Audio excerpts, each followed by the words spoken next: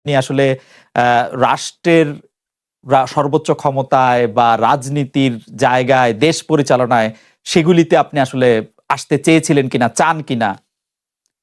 বা ওই জায়গা থেকে আ যদি চাইতাম, খালেদ, যদি চাইতাম তখন যখন মিলিটারি আমার বাসায় এসে বসে রইল সারারাত আমাকে রাজি করানোর জন্য। আমি তো লুফে নিতাম। রাজি করানোর জন্য বসে থাকতে হবে কেন?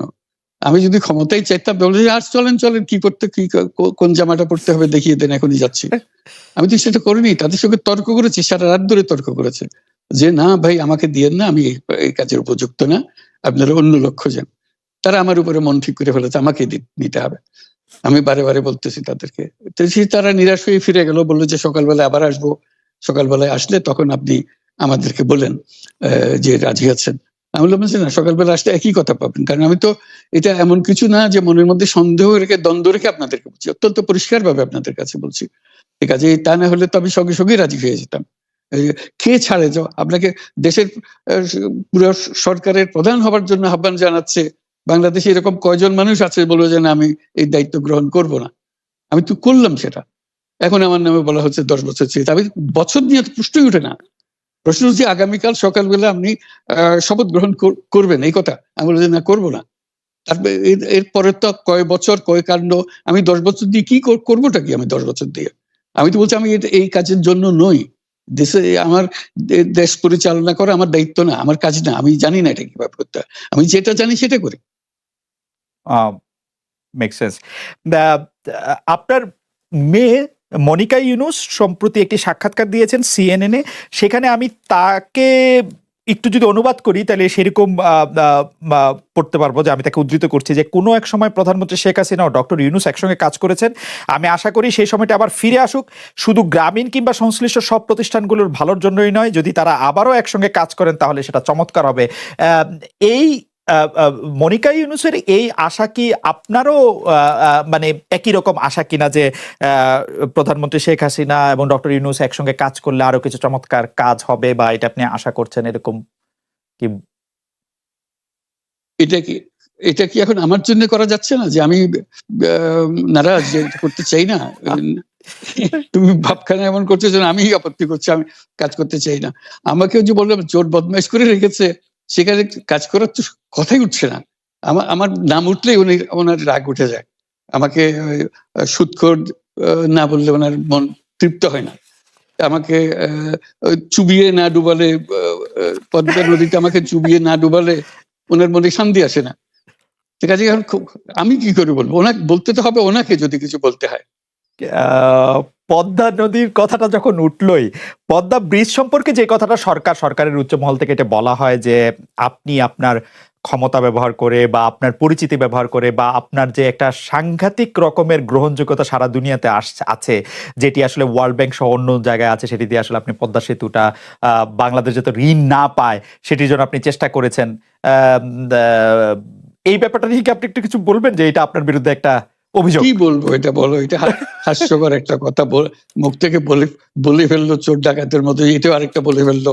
এটাই সত্য হয়ে গেল। আমরা যে বারে, বারে বিবৃতি দিলাম তখন এটা প্রশ্নই ওঠে না। আমরা বাংলাদেশের নাগরিক হিসেবে আমরা গৌরবান্বিত যে এই পদ্মা সেতুর উপরে আমরা একটা সেতু বানাতে পারবো। এটার জন্য আমরা সবাই চাই। কাজে এটা তো বিরোধিতা করার তো প্রশ্নই ওঠে না। কেন বিরোধিতা করব? দেশে যে একটা বড় রকমের ঘটনা ঘটতে যাচ্ছে সেটা তো আমরা সবাই সমর্থন করেছি। তিনি বলেই চললেন। এখন একজনে বলতে থাকলে তো আমার করার কিছু তো নাই। উনি এত শক্তিধর যে এখানে আমার কথা তো কিছুই থাকে না। উনার আ সব সরকারের যাবতীয় প্রচার যন্ত্র উনার হাতে।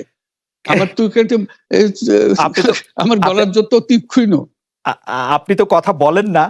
বললে তো নিশ্চয়ই আপনার সাথেও না, একটি প্রশ্ন আসছে যে আম আ আ পদ্মা সেতুর যখন উদ্বোধন করা হবে তখন কি আপনাকে নিমন্ত্রণ জানানো হয়েছিল? যে মানে রাষ্ট্রের পক্ষ থেকে এরকম বলা হয়েছিল যে আপনাকেও নিমন্ত্রণ জানানো হবে বা আপনি মনে মনে আছে কিনা? মনে পড়ে না এরকম করছে। আচ্ছা, মনে নাই আচ্ছা। আমার।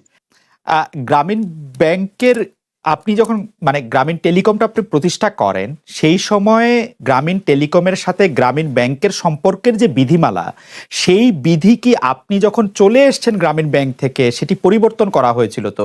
সেই পরিবর্তনটি হ্যাঁ। মানে পরিবর্তনটির জায়গাটা যদি আমাদের একটু পরিষ্কার করতেন। পরিবর্তন ছিল যে আগে এটা নমিনেট করতে পারতো গ্রামীণ ব্যাংক, চেয়ারম্যান পদের জন্য একজন লোক নমিনেট করতে পারতো।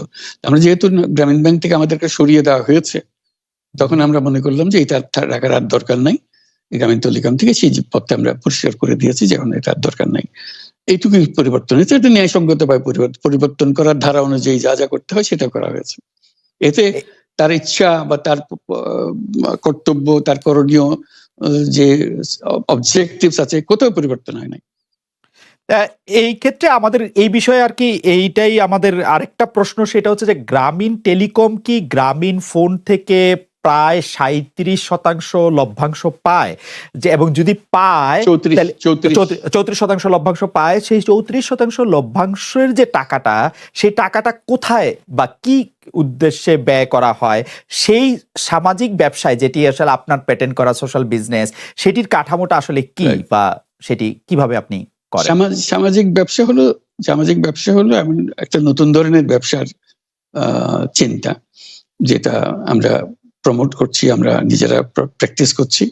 যেটা ব্যবসা মানে হলো মুনাফা করা, ব্যক্তিগত মুনাফা করা, এবং তার লক্ষ্য হলো সর্বোচ্চ মুনাফা করা। এটি হলো ইকোনমিক্স এর নিয়ম, যে সর্বোচ্চ মুনাফা যদি করি সবকিছু ঠিকঠাক মতো চলবে। আমরা বললাম যে এটা ভুল জিনিস, যে সর্বোচ্চ মুনাফার মধ্যে দিয়ে মানুষকে এক রকমের নেশাগ্রস্ত করেছে। এই মুনাফার নেশার মধ্যে তাকে ঢুকিয়ে দেওয়া হয়েছে।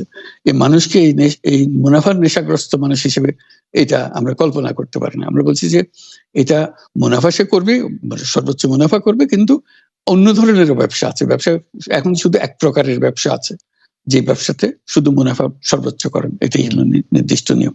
আমরা বলছি আরেক রকমের ব্যবসা, যেটা হলো মানুষের সমস্যার সমাধান করা, মুনাফার জন্য কোনো রকমের ইচ্ছা তার না থাকা, মুনাফা বিহীন ভাবে, কোনো মুনাফা, ব্যক্তিগত মুনাফা না নিয়ে শুধু সমস্যার সমাধানের জন্য ব্যবসা করা, এটাকে আমরা বলছি সামাজিক ব্যবসা।